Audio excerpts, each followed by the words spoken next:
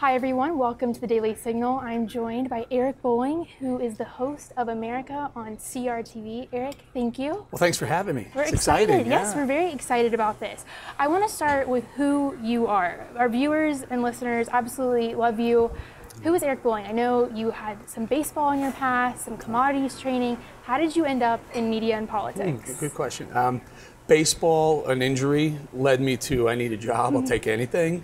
And at the time, my girlfriend's father was an oil trader in Boston, and I went up there and said, I'll do whatever I can do to work. And he put me on, and I really loved the Wall Street excitement. We were in Boston, but I realized that the heartbeat of finance was New York. Right.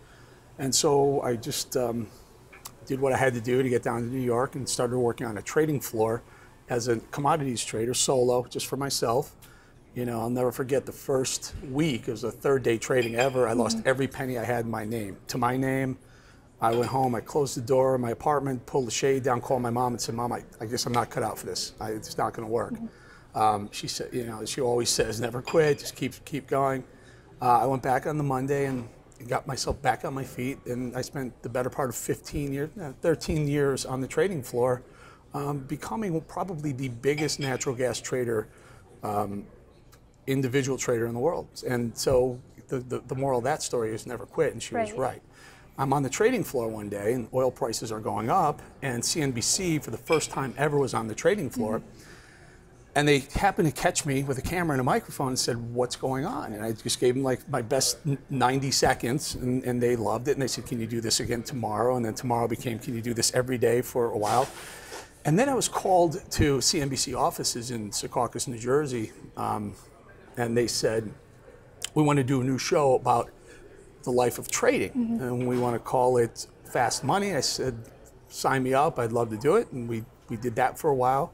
The interesting thing was, I was at CNBC, 5 o'clock.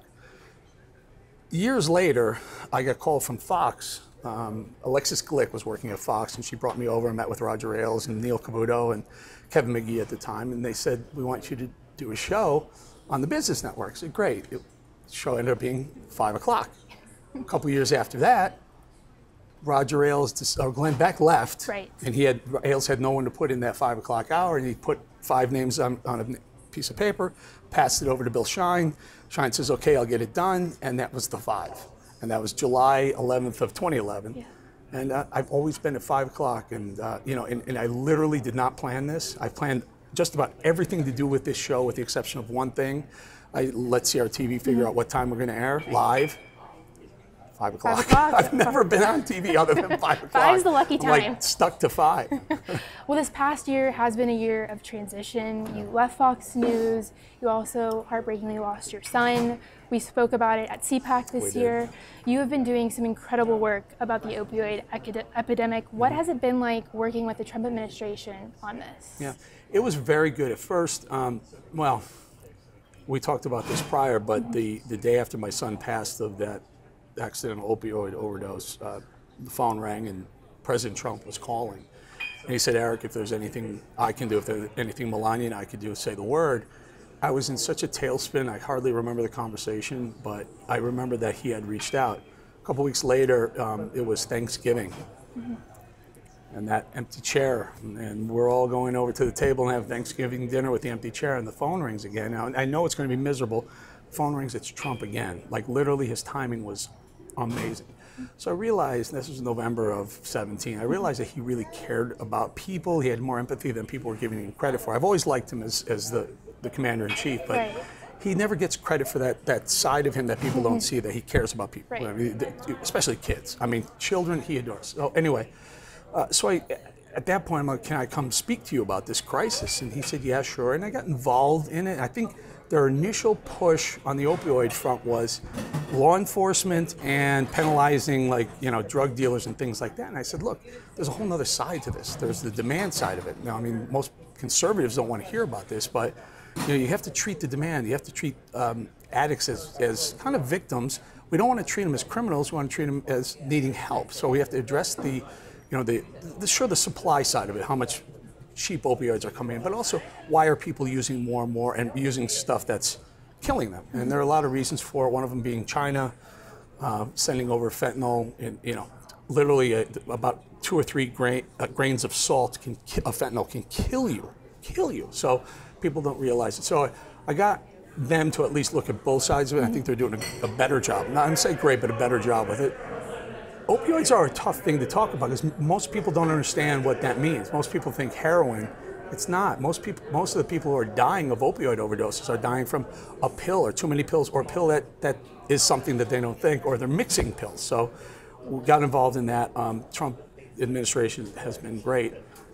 It's been very hard dealing with this, but the upside is that I've had a lot of parents say, I'm glad you're at least using the tragedy to help others. I've had so many parents say that they're having the conversation that they were never going to have, or too embarrassed to have, or just never thought their kid needed it because he or she was too smart or too good of an athlete or too popular. It didn't matter. People were dying. All of those types were dying. Everyone's dying of opioids. 64,000 people dying of drug overdoses. One last thing on this is that God blessed me with one thing, the ability to talk to people. I got a call after I was on Morning Joe one day. I got a call from a NASCAR race group, Rick Ware Racing, and they said, we want to get more involved in opioid awareness. We'll put an opioid awareness message on our race car. It's a real NASCAR race car. And I said, that's phenomenal. What do I do? And they said, just come and help us talk about opioids and do the media and talk opioids. And we did that. And there's at Talladega, 2 months ago, there was a car that was going around the track for 3 hours with the opioid messaging on it. 2 weeks from now in Daytona, I'm part of this bus tour that we're going to launch.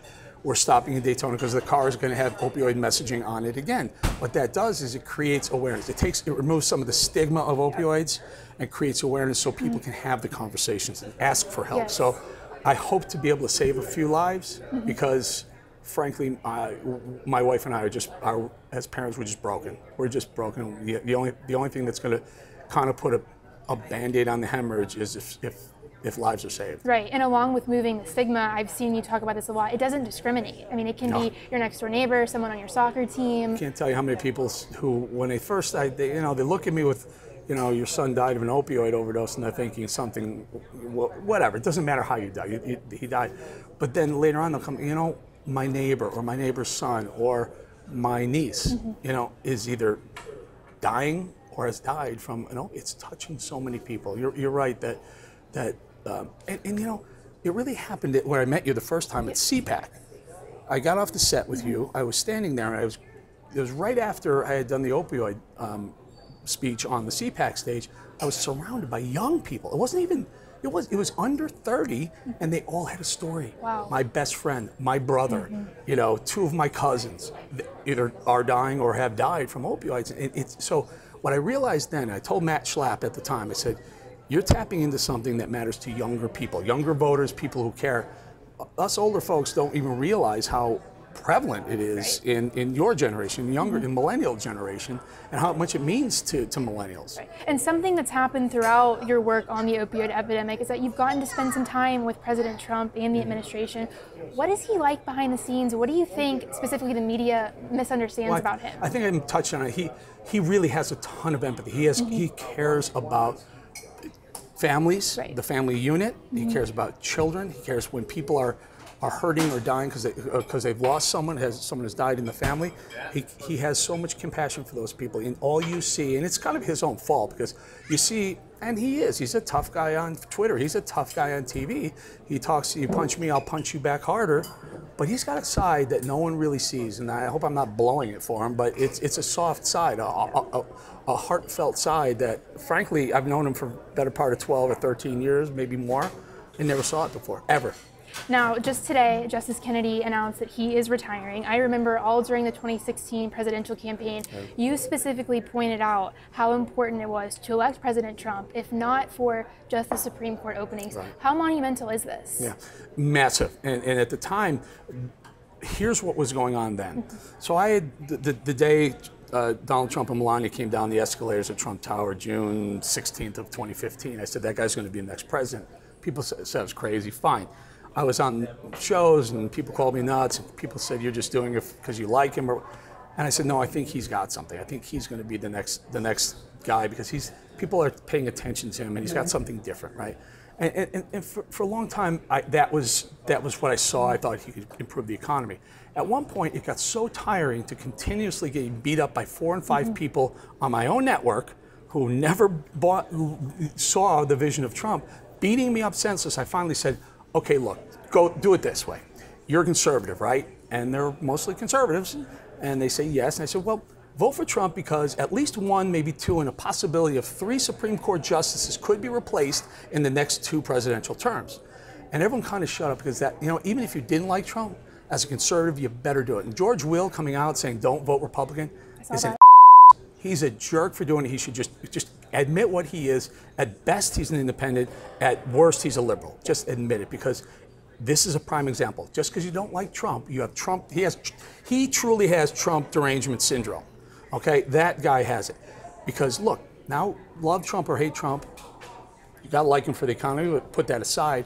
You now have when he does replace Justice Kennedy, you will have a Supreme Court for my lifetime, maybe your lifetime, that's conservative. Yeah. And if Ruth Bader Ginsburg decides to spend the rest of her time on a golf course, we'd all be happy too, and then it would definitely be your lifetime. And look how important Gorsuch has been in the Supreme Court cases this week. They were all 5-4. Yep, so all 5-4.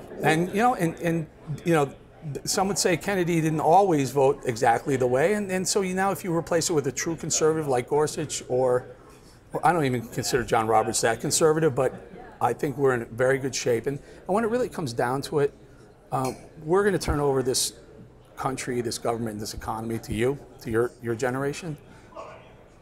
I feel much, much happier now than I did yesterday or the day before Neil Gorsuch was sworn in. Absolutely.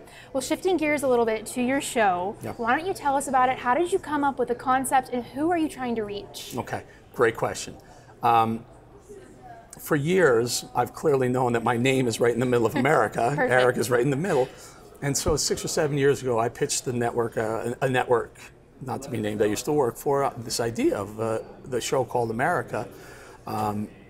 It just made a lot of sense, and we're going to talk about empowering Americans and how great America is, and the Constitution. They never bought it. That same day, we were at CPAC in February. I happened to be talking to that group of young people around, and CRTV had a booth right next to yours, or maybe 2 or 3 down, and the CEO came over and said, "I'd love to talk to you about doing a show on CRTV." I said, "I have an idea. It's called AMericA. My name's right in the middle. Put the big America and just make my name a little smaller because no one's bigger than the country." Because I love it. Let's talk about it. And that was February, and we went through a lot of ideas. And about 2 months ago, I said, Gaston Mooney, Gaston, let's do something different. I don't want to do a studio show. I mean, there's so many studio shows. I mean, yes, maybe we'll have a following, and I'll get a bunch of people from the administration to come out, and we'll get people to sign up for the network. I said, but let's do something interesting. Let's do it from a hotel lobby bar. I said, what do you mean? And he thought I was kidding. And I was like, no, I mean it. Let's do it from a hotel lobby bar. What are your ideas? I said, well, active people. When do you talk about politics? You talk about politics when you're at the bar. It's one of the, you're at the dinner table sometimes. Maybe some people don't like to. I do, but at the bar when you're watching a game or something with your friends, and so let's talk smart, high-level insider politics from an active bar. Yep. And he said, I love it. Let's see if we can do it. And I'd be honest with you, an hour before we're taping, we finally got the signatures that we all needed from legal on both sides, and this wonderful hotel. By the way, there were 5 or 6 venues that wanted the show. This was great because we're 3 blocks from you. Yes. We're 3 blocks from the White House. We're 3 blocks from the Capitol building, and about 7 blocks from the White House. And 2 blocks from Union Station. This is the perfect location. We were hoping that we could do this one. They came and said, we're going to, make this great, and so. Yeah. It's a fantastic location. We're at the Washington Court Hotel. Yeah, there it is. There it is. So we held off for a long time. Congratulations. We did, so announcing that. Thank you. Now, to kick all of this off, though, you're going on a bus tour. Right. What is that going to be like? So this was Gaston's idea. He's like, why don't we start this whole thing by just touring the country? I'm like, that's a great idea. So what we're doing is we have, one of those big buses, like a real legit full-blown bus that's wrapped with the show logo on it. Inside, it's really nice. But we're going to, first show is going to be a Heritage. We're going to the roof of Heritage. Now we're going to leave DC on 4th of July. We're kicking off the hoopla on Independence Day, obviously. It's called AMericA, right? Yeah. And then the first stop will be in Greenville, South Carolina, at an airport hangar, at the airport in a hangar. And my vision was pull the bus up the way, you know, Trump, how he used to pull his airplane up behind the podium. Yes. And we're going to do a show right from there. We're going to have a bunch of people. South Carolina just, you know, is one of the biggest sign-ups of the new show are people from South Carolina. We're going to have the bus, the thing. We're going to do a whole Q&A. We're trying to get some senators out there. We're trying to get Lindsey Graham. Probably won't show up. I don't blame you, Lindsey, but if you do, come. Hope you do. I'm not a huge fan of Lindsey Graham. Sorry. All right. Then the next day, we're getting in the car, the bus right after the show on Thursday, and we're driving to Daytona Speedway, where we have 2 shows. The first show is a Friday, and we have the bus, the race car I told you about, that's going to be going on Daytona Speedway. We'll have the bus, the race car. We're going to set up a big, you know, music and barbecues, and we're just going to have a blast. We have a drone camera that's going to take pictures of the whole thing. That is Friday, and then Saturday is the big race day. So we're going to get, we have this. The first 2 ever African-American women pit crew ever to work at NASCAR are going to come out to the show and change the tires on the race car, and they're going to expect me to do it too. I'm sure they're going to kick my butt. That's fantastic. So that's Friday and Saturday. And then we're taking the bus over to the Florida-Alabama border, Floribama, and pulling up beachside. We're going to do just a beach party. You know, some of these guests aren't locked down yet, but there are a lot of people who say they're going to come out. And then on the way back, about a month ago, a guy emails me and says, you know, I'm a big fan of you at Fox or wherever you used to work, and just my family's always loved what you've been doing.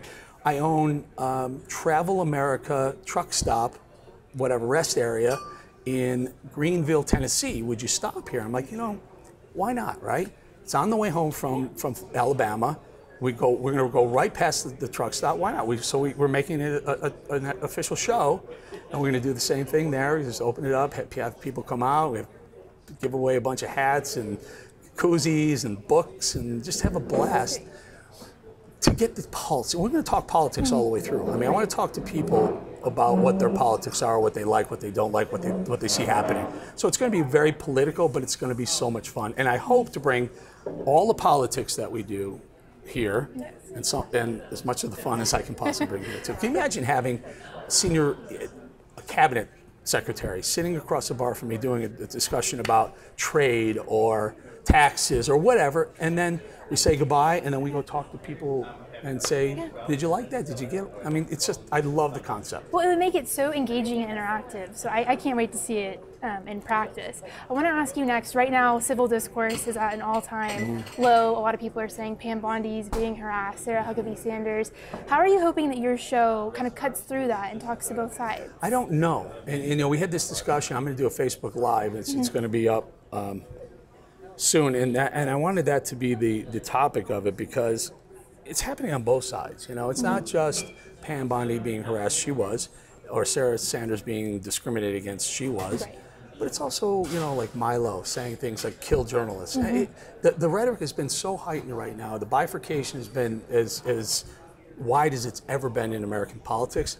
I don't think a show like mine is going to be able to fix any of that, or I'm not even going to try to fix it, but I will certainly hear what people think about it. You know, if there might be a situation where the people who come out to the show and watch it and are in the back of one of the, you know, the shots and are waving, that's fine. No one's going to tell you not to do it. But if they may have an opinion that they like it divided, or they may say, I'm sick of divided politics, but we'll certainly take the pulse. I don't have a plan of where we're going to fall in that, you know, how far right or how far left we're going to be, or what we're going to try to do as of yet. Right. We'll see what works. Something that I like to ask a lot of people I interview who are in media, who are in politics, what advice would you give to young people, young conservatives who want to get involved?